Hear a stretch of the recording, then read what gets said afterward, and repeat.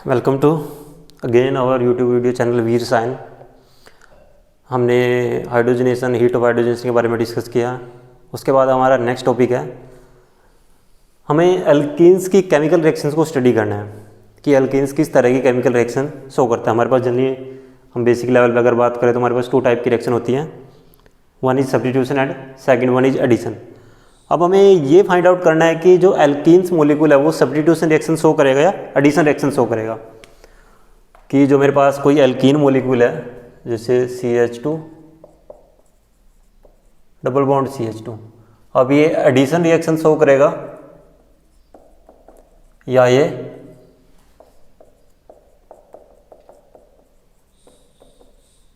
Substitution reaction show करेगा। उससे पहले हमें जो एल्कीन्स का जो इलेक्ट्रॉनिक बिहेवियर है उसके बारे में पता होना चाहिए कि एल्कीन्स का जो इलेक्ट्रॉनिक बिहेवियर है वो एक्चुअल में कैसा है, कि जो एल्कीन्स का जो इलेक्ट्रॉनिक बिहेवियर है वो किस तरह से है। अगर मैं एल्कीन के स्ट्रक्चर की बात करता हूं, so this one topic is our chemical reaction.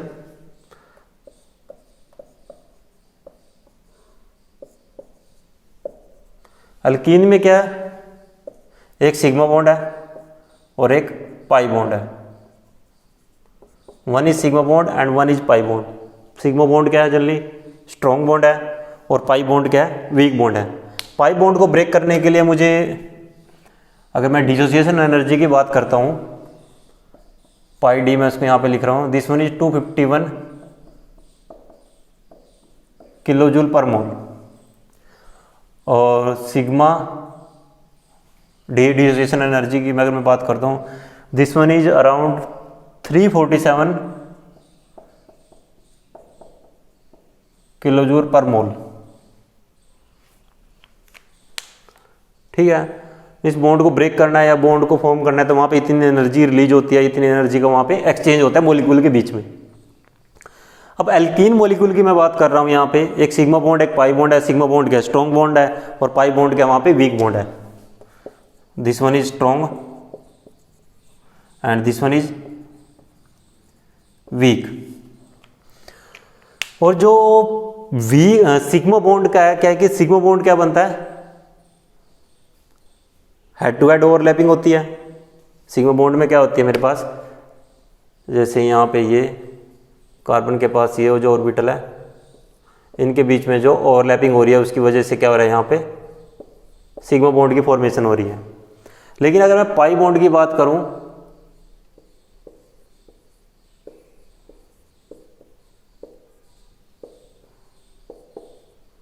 जो यहाँ पे साइड वाइज ओवरलैपिंग हो रही है, जो पीजेड ऑर्बिटल है, एम्प्टी पीजेड ऑर्बिटल है, उसके बीच में जो साइड वाइज ओवरलैपिंग हो रही है, उस साइड वाइज ओवरलैपिंग की वजह से यहाँ पे पाई बॉन्ड फॉर्मेशन हो रहा है। और जो पाई बॉन्ड का जो इलेक्ट्रॉन क्लाउड है वो अबोव एंड बिलो, जो मेरे पास यहाँ पे कार्बन कार्बन के बीच में सिग्मा बॉन्ड है उसके अबोव लाई करता है और उसके बिलो लाई करता है।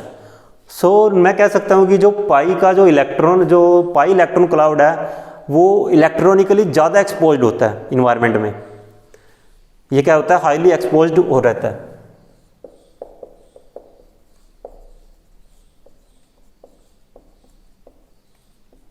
और जो सिग्मा का जो इलेक्ट्रॉन क्लाउड है वो सिर्फ 2 कार्बन न्यूक्लियाई है जो मेरे पास यहाँ पे, उन कार्बन न्यूक्लियाई के बीच में कंसंट्रेटेड रहता है। Concentrated in between carbon nuclei. यहां तक क्लियर होगा कि जो सिग्मा जो इलेक्ट्रॉन क्लाउड है वो कार्बन न्यूक्लियाई के बीच में कंसंट्रेटेड होता है, और जो पाई इलेक्ट्रॉन क्लाउड है वो एक्सपोज्ड होता है, कुछ अबोव लाई करता है, कुछ बिलो द प्लेन लाई करता है। मींस 50-50 पोजीशन में रहता है। 50 कार्बन कार्बन सिग्मा बॉन्ड के अबोव और जो 50 है कार्बन कार्बन सिग्मा बॉन्ड के बिलो। अब यहाँ पे हमें ये स्टडी करना है कि जो किस तरह की रिएक्शन शो करता है, सब्स्टिट्यूशन रिएक्शन शो करेगा या एडिशन रिएक्शन शो करेगा। अब हमारे पास यहाँ पे जनरली होता क्या है, मीन्स मेरे पास अगर मैं रिएक्शंस की बात करता हूँ,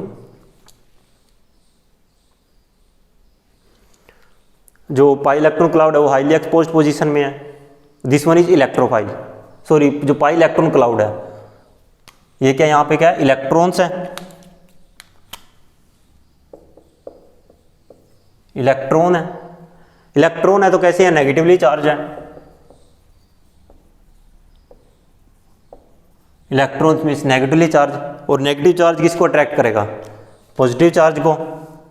electrons means negatively charge and attract positive charge, positively charge molecule.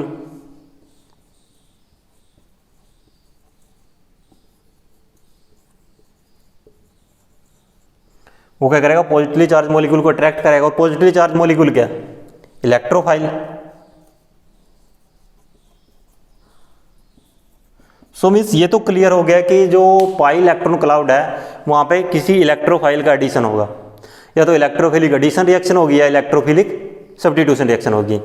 Means जो मैंने 2 टाइप की रिएक्शन की बात की वहाँ पे एडिशन और सब्स्टिट्यूशन, वो न्यूक्लियोफाइल ना है, वहाँ पे न्यूक्लियोफिलिक रिएक्शन नहीं होगी, वहाँ पे या तो इलेक्ट्रोफिलिक सब्स्टिट्यूशन रिएक्शन होगी या इलेक्ट्रोफिलिक एडिशन रिएक्शन होगी। क्योंकि जो रिएक्शन होनी है वो पाई इलेक्ट्रॉन क्लाउड में होनी है, और जो पाई इलेक्ट्रॉन क्लाउड है वो नेगेटिवली चार्ज है, क्योंकि इलेक्ट्रॉन है तो मीन्स ऑब्वियस बात है नेगेटिवली चार्ज है। और जो नेगेटिवली चार्ज इलेक्ट्रॉन क्लाउड है मीन्स वो एक्सपोज्ड पोजीशन में है, तो वो किसको अट्रैक्ट करेगा, पॉजिटिवली चार्ज मॉलिक्यूल के साथ इजीली रिएक्ट करेगा, नेगेटिव नेगेटिव के साथ तो रिएक्ट नहीं करेगा। नेगेटिव नेगेटिव क्या करेगा, रिपेल करेगा। मीन्स नेगेटिवली चार्ज मॉलिक्यूल क्या करेगा, पॉजिटिवली चार्ज को अट्रैक्ट करेगा। और जो पॉजिटिवली चार्ज मॉलिक्यूल है वो क्या हमारे पास, इलेक्ट्रोफाइल। मीन्स इलेक्ट्रोफाइल आके एल्कीन के साथ रिएक्शन करेगा। तो मीन्स एल्कीन का बिहेवियर कैसा है, alkene act as a nucleophile and other molecule act as an electrophile. So यहाँ पे या तो इलेक्ट्रोफिलिक सब्स्टिट्यूशन रिएक्शन होगी या इलेक्ट्रोफिलिक एडिशन रिएक्शन होगी। मीन्स 2 ही तरह की रिएक्शन पॉसिबल है, या तो इलेक्ट्रोफिलिक सब्स्टिट्यूशन रिएक्शन होगी या इलेक्ट्रोफिलिक एडिशन रिएक्शन होगी। यहाँ पे क्लियर हो गया कि हमें जो स्टडी करना है या तो इलेक्ट्रोफिलिक सब्स्टिट्यूशन रिएक्शन के बारे में स्टडी करना है। मैं इसको यहाँ पे ई लिख रहा हूँ, ELECTROPHIL,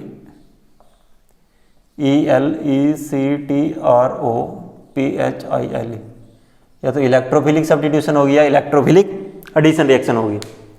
सो हम देखते हैं कि इलेक्ट्रोफिलिक सब्स्टिट्यूशन रिएक्शन होगी या इलेक्ट्रोफिलिक एडिशन रिएक्शन होगी, क्योंकि हम स्टडी यही करना चाह रहे हैं कि जो हमारे पास एल्कीन है वो किस तरह की रिएक्शंस को शो करता है।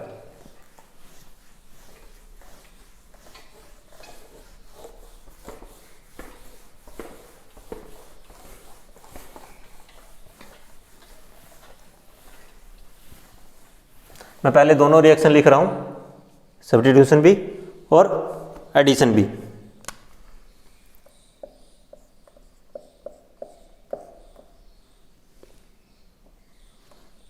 ये मेरे पास एल्कीन मॉलिक्यूल है, इसमें मैंने डाला X पॉजिटिव Y नेगेटिव। इसको आप ये भी लगा सकते हो, मैंने इसमें एडिशन किया, Br2 हो सकता है, Br पॉजिटिव Br नेगेटिव। अगर यहां पे इस तरह से रिएक्शन हो रही है,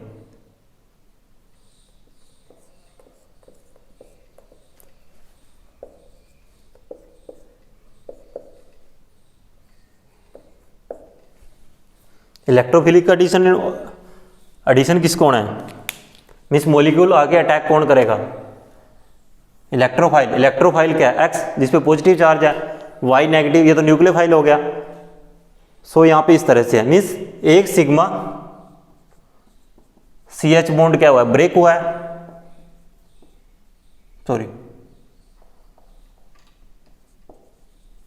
ब्रेक हुआ है, और एक सिग्मा CX बॉन्ड क्या हुआ है, फॉर्म हुआ है।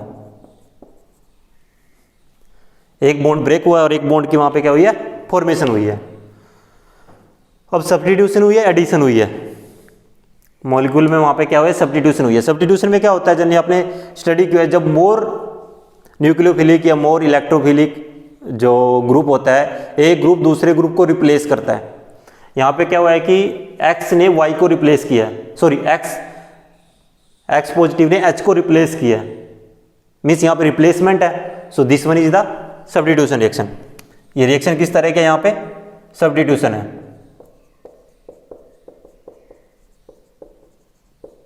रिएक्शन किस तरह की है, सब्स्टिट्यूशन रिएक्शन है।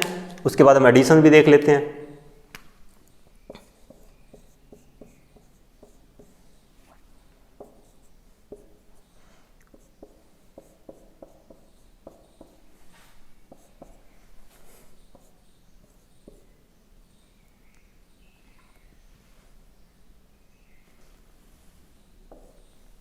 सॉरी यहाँ पे डबल बॉन्ड सेम रहेगा।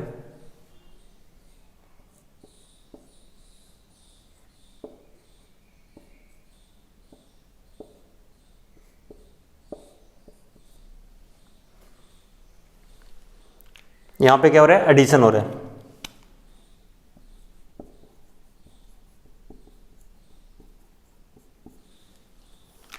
यहाँ पे क्या हो रहा है, एडिशन हो रहा है, क्योंकि X पॉजिटिव Y नेगेटिव जो मॉलिक्यूल था वहाँ पे डबल बॉन्ड पे आके वो ऐड हो गया। This one is the addition reaction and this one is the substitution reaction. इसको थोड़ा सा ऊपर लिख लो।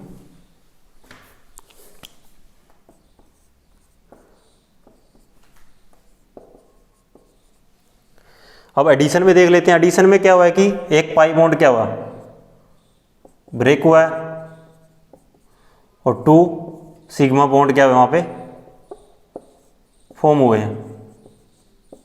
इन the case of addition reaction हम पहले पढ़ चुके हैं कि यहाँ पे या तो इलेक्ट्रोफिलिक सब्स्टिट्यूशन हो गया, इलेक्ट्रोफिलिक एडिशन हो गया। अब हमें ये डिसाइड करना है कि यहाँ पे इलेक्ट्रोफिलिक सब्स्टिट्यूशन होगी या इलेक्ट्रोफिलिक एडिशन रिएक्शन होगी। इलेक्ट्रोफिलिक सब्स्टिट्यूशन होगी या इलेक्ट्रोफिलिक एडिशन होगी। सब्स्टिट्यूशन में हमने देखा कि एक सिग्मा CH बॉन्ड ब्रेक हुआ है और एक सिग्मा CX बॉन्ड फॉर्म हुआ है। एडिशन में हमने ऑब्जर्व किया कि एक पाई बॉन्ड ब्रेक हुआ है और एक 2 सिग्मा बॉन्ड फॉर्म हुए हैं। और इससे पहले मैंने बताया था कि जब हम सिग्मा बॉन्ड को ब्रेक करते हैं, फॉर्म करते हैं, तो सिग्मा बॉन्ड के केसेस में जो एनर्जी रिलीज होती है वो होती है 347 kilo joule per mole, and pi bond के केस में होती है वो अराउंड 251।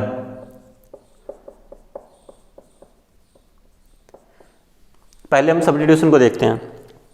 एक सिग्मा बॉन्ड ब्रेक हुआ है, एक सिग्मा बॉन्ड फॉर्म हुआ है। मीन्स जितनी एनर्जी 347 किलो जूल पर मोल एनर्जी, जितनी एनर्जी रिलीज हुई थी, जितनी एनर्जी बॉन्ड फॉर्मेशन में चाहिए थी, उतनी एनर्जी बॉन्ड ब्रेक ने प्रोवाइड की वहां पे। मीन्स बॉन्ड ब्रेक हुआ, 347 किलो जूल पर मोल की एनर्जी रिलीज हुई।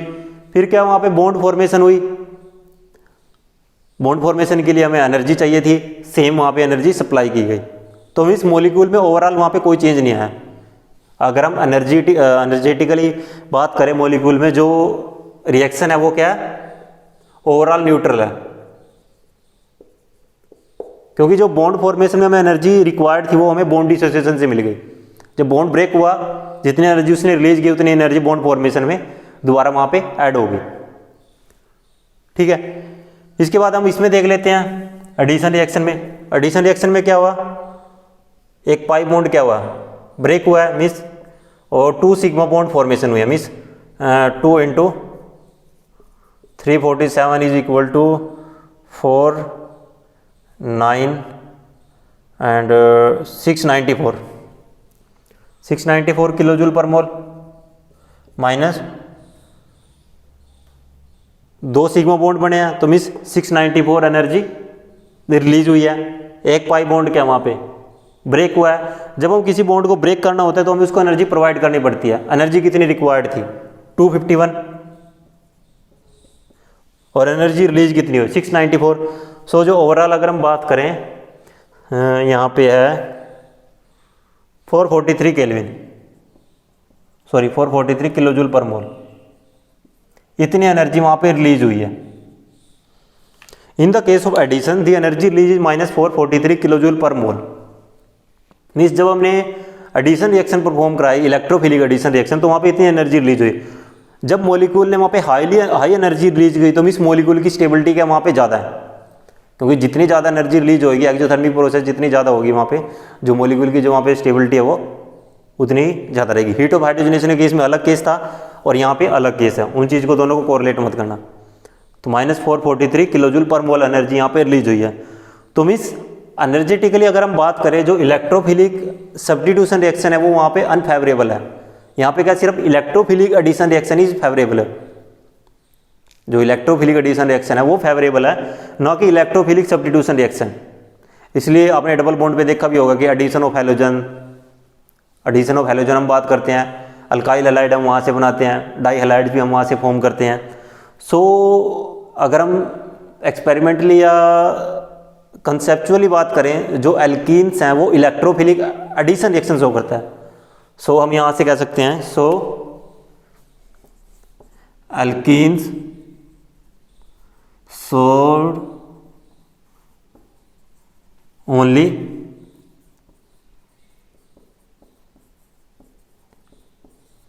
Electrophilic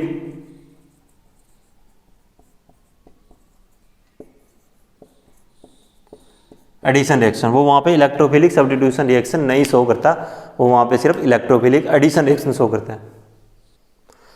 on the basis of energy हम कह सकते हैं कि जो ये रिएक्शन है 443 किलो जूल पर मोल एनर्जी के रिएक्शन के साथ एनर्जेटिकली ज़्यादा फेवरेबल है as compare to substitution reaction, क्योंकि वहाँ पे जो एनर्जी का डिफरेंस है वहाँ पे कुछ भी डिफरेंस नहीं है।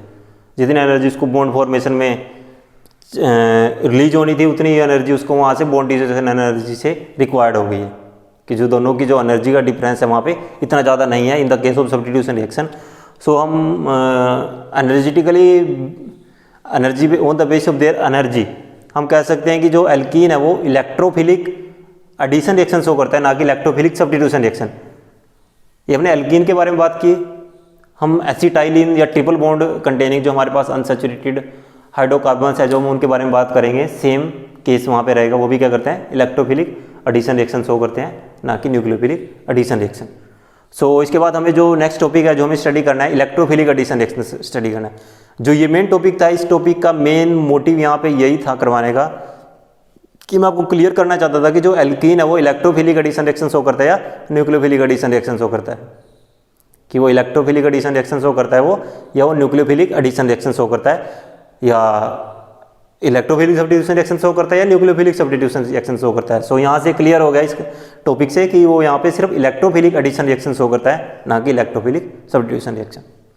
थैंक यू, आई होप ये आपको यहाँ पे समझ में आया होगा। इसके बाद हम जो हमारा नेक्स्ट वीडियो लेक्चर होगा वो एडिशन ऑफ हैलोजेंस के बारे में हम स्टडी करेंगे, कि डबल बॉन्ड में जब हम हैलोजन का एडिशन करते हैं तो जो वहाँ पे किस तरह का उसका मैकेनिज्म रहता है, किस तरह की उसकी जो वहाँ पे स्टीरियोकेमिस्ट्री है वो किस तरह से होगी, उन सब टॉपिक के बारे में हम डिस्कस करेंगे। सो नेक्स्ट वीडियो लेक्चर को देखने के लिए आप चैनल पे बने रहना, और आप सब्सक्राइब कर सकते हो, अपने दोस्तों के साथ शेयर भी कर सकते हो लिंक को, जो मैं आपके साथ यहाँ पे शेयर करता हूँ। Thank you for watching the video.